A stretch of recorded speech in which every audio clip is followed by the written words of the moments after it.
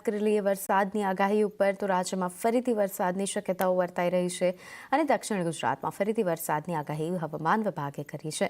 આગામી 7 દિવસ હળવાથી મધ્યમ વરસાદ થઈ શકે છે તો 23 તારીખે બંગાળની ખાડીમાં સાયક્લોનિક સર્ક્યુલેશન બનવાને કારણે ગુજરાતમાં વરસાદની આગાહી કરવામાં આવી છે।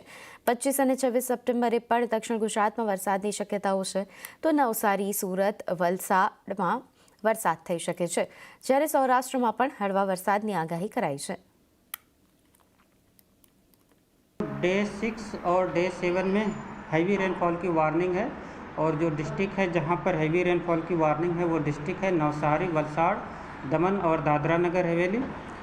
और रेनफॉल रियलाइज की बात करेंगे तो 1 जून से लेकर आज 20 सितंबर तक जो रेनफॉल रिकॉर्ड हुआ है Gujarat as a whole state वो 973 मिलीमीटर और नॉर्मल के हिसाब से 680 मिलीमीटर होना चाहिए।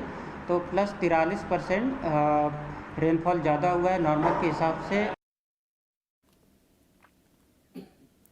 તો નર્મદા ડેમની જળ સપાટીમાં સતત વધારો થયો। ઉપરવાસમાંથી પાણીની બમ્પર આવક થતાં નર્મદા ડેમ છલકવાની તૈયારીમાં। ગુજરાતની આન બાન અને શાન નર્મદા ડેમની જળસપાટીમાં સતત વધારો થઈ રહ્યો છે। દેવી નર્મદા તરીકે ઓળખાતા સરદાર સરોવરમાં ઉપરવાસમાંથી સતત પાણીની બમ્પર આવક થતાં નર્મદા ડેમ છલકાવાની તૈયારીમાં છે। આ સિઝનમાં પ્રથમવાર નર્મદા ડેમની સપાટી 137.72 મીટર પર પહોંચી ગઈ છે। નર્મદા ડેમની મહત્તમ સપાટી 138.68 મીટર છે।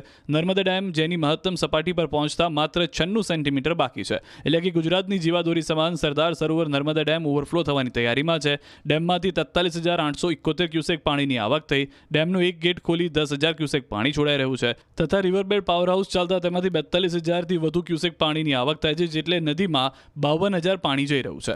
તો મહેસાણાનો ધરોઈ ડેમ 80.48% ભરાઈ ગયો છે। ધરોઈ ડેમમાં 926 ક્યુસેક પાણીની આવક થઈ રહી છે। હાલમાં ધરોઈ ડેમની જળ સપાટી 616.77 ફૂટ પર પહોંચી છે। ધરોઈ ડેમમાંથી મહેસાણા, પાટણ અને બનાસકાંઠામાં અપાય છે પાણી। 10 શહેરો અને 1,007 ગામ અને પરાને અપાય છે પીવાનું પાણી, જેમાંથી 9 શહેર અને 538 ગામ એવા છે કે નિયમિત ડેમનું પાણી વપરાશમાં લે છે। ગુજરાતના 207 ડેમ ઝોન વાઇઝ જળ સપાટીની વાત કરીએ તો ઉત્તર ગુજરાતના 15 ડેમમાં 68.78% પાણી છે, જેમાંથી 2 ડેમ ફૂલ ભરાઈ ગયા છે, જ્યારે મધ્યમ ગુજરાતના 17 ડેમમાં 99.57% પાણી છે। 9 ડેમ 100% ભરાઈ ગયા છે। દક્ષિણ ગુજરાતના 13 ડેમમાં 91.45% પાણીનો જથ્થો છે। 9 ડેમ 100% ભરાઈ ગયા છે। કચ્છના 20 ડેમમાં 86.66% પાણી છે। 12 ડેમ છલોછલ છે। સૌરાષ્ટ્રના 141 ડેમમાં 87.96% પાણીનો જથ્થો છે। 78 ડેમ એવા છે કે જે ઓવરફ્લો થઈ ગયા છે, જ્યારે નર્મદા ડેમમાં 96.77% પાણીનો જથ્થો છે। કુલ 207 ડેમમાં 92.05% પાણી છે। 110 ડેમ 100% ભરાઈ ગયા છે।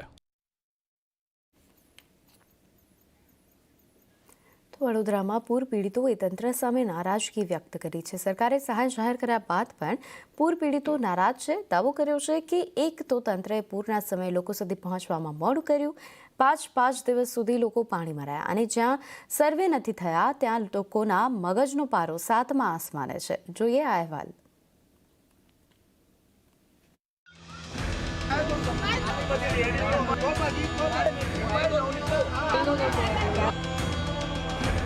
સહાય પર સંગ્રામ,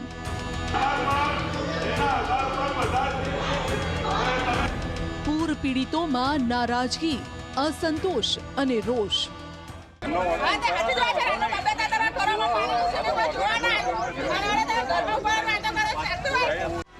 તો યોગ્ય સહાય આપી હોવાનો ધારાસભ્યનો દાવો। મારી પાસે નામ એક્ઝેક્ટ નથી, પણ વિનુભાઈ જીવાભાઈ પટેલ એ કોંગ્રેસના આગેવાન છે। પૂર મુદ્દે પક્ષ વિપક્ષ આમને સામને।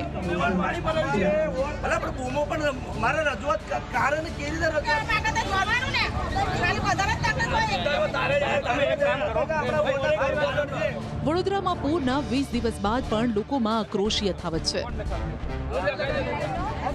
વડોદરામાં સરકારી કાર્યક્રમમાં આવેલા નેતાઓનો સ્થાનિકોએ ઘેરાવ કર્યો અને જાહેરમાં જ ઓધળો લઈ લીધો।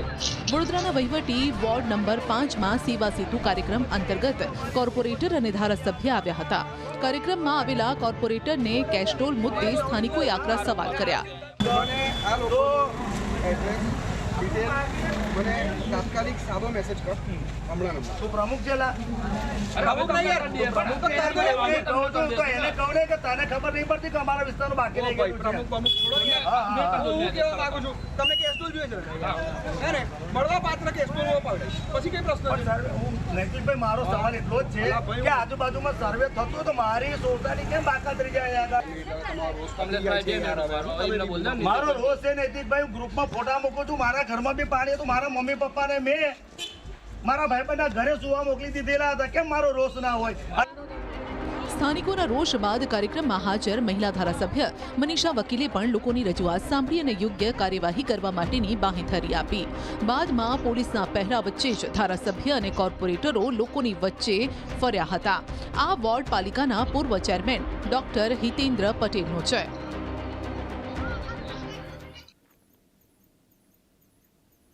તો હવે વાત કરીએ નવરાત્રિના 13 દિવસ પહેલા સુરતમાં બોલી રાસ ગરબાની રમઝટ.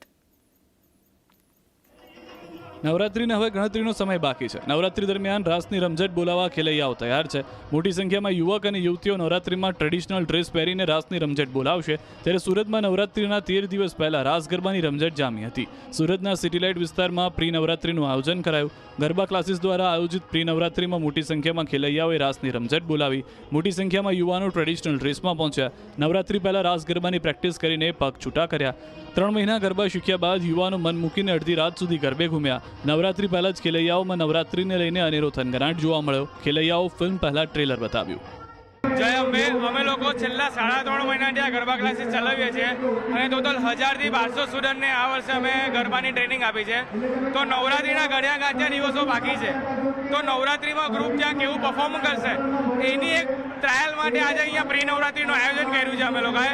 દોડિયા ક્લાસ જોઈન કર્યાને 2 થી 3 મહિના થયા પણ નવરાત્રી આવે પહેલાં આજનો જે આ ઇવેન્ટ રાખ્યો છે પ્રી નવરાત્રી એમાં અમે બહુ જ મજા કરીએ છીએ ને નવરાત્રીમાં રમીએ નહીં રમીએ પ્રી નવરાત્રીમાં પણ અમે રમશું ને પ્રાઇઝ જીતીને જશું. આજે પ્રી નવરાત્રી છે તો એનો જ માહોલ જોરશોરોમાં છે તો વિચારો નવરાત્રી આવશે તો કેટલો જોરશોરોમાં અને અમે વેઇટ કરીએ છીએ કે ક્યારે નવરાત્રી આવે અને અમે ધૂમ મચાવીએ. બહુ જ એન્જોયમેન્ટ કર્યું છે આજે અને હું એટલી બધી એક્સાઇટમેન્ટ છું નવરાત્રી માટે પણ કે હું ક્યારે છેલ્લે દિવસો આવે ક્યારે પાછા હું ચણિયા ચોરી પહેરીને ગરબે ઘૂમું. ચોક્કસ આ જ રીતે રમવાનું હોય ને આ તો એની ખાલી એક્સાઇટમેન્ટ છે ટ્રેલર જેવું છે.